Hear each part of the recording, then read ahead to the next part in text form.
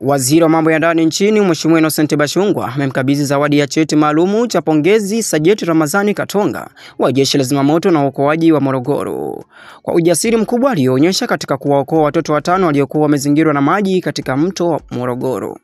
Tukio hilo la kukabidhi cheti lilifanyika jijini Dodoma katika hafla maalumu iliyoandaliwa na Waziri wa mambo ya ndani nchini, hafla iliyokuwa na lengo la kutambua mchango mkubwa wa askari na watumishi katika kuwaokoa wananchi wote. Sajenti Katonga alionyesha ujasiri huo wa kipekee mnamo Machi 26 mwaka 2025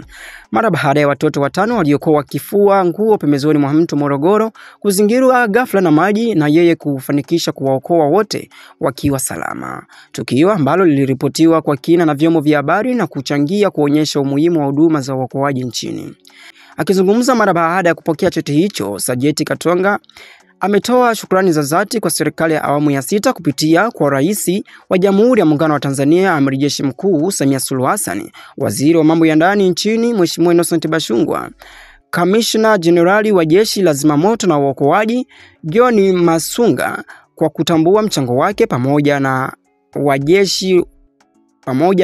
la Zimamoto kwa ujumla. Una mtazamo gani ndugu mtazamaji wa Varado Online TV?